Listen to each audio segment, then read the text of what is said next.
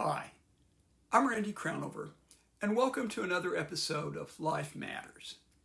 This is the third episode in a series talking about the qualities of healthy people. In the first episode, I talked about humility. In that episode, I talked about how humility is keeping a balance between our good selves and our bad selves. We do things well and we make mistakes. It's important for us to remember each of those and keep them in balance. In the second episode, I talked about awareness. I said awareness was like a lens through which we recognize both good and bad in ourselves and others. I also talked about how important it is to refine our ability to think critically about what is good and bad, what helps and what hurts ourselves and others. In this session, I want to talk about healthy people and take that another step. I want to talk about the importance of responsibility. Responsibility is that quality that demands that we are bothered by personal wrongness, not just our own, but of others around us as well. It's one thing to be humble, to recognize that we can be wrong. It's another thing to be personally aware of a failure. However, responsibility urges us not only to see our wrongness. Responsibility requires us to make the amends to those we have hurt.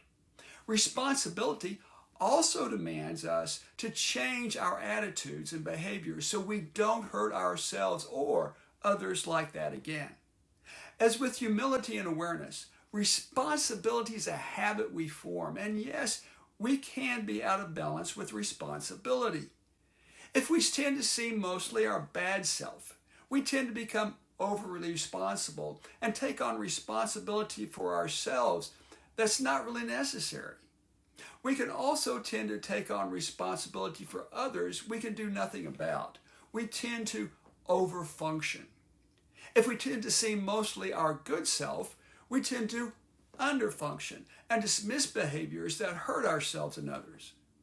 Responsibility is also one of the first protections from being harmed by others who are perhaps less balanced.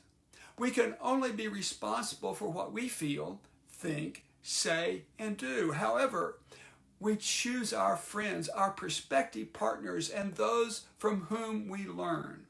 If we choose people who are off balance, not healthy, it becomes more difficult for us to remain healthy ourselves.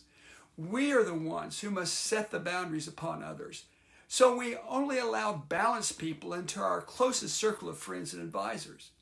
Just like humility and awareness, it takes disciplined effort to learn to keep our balance.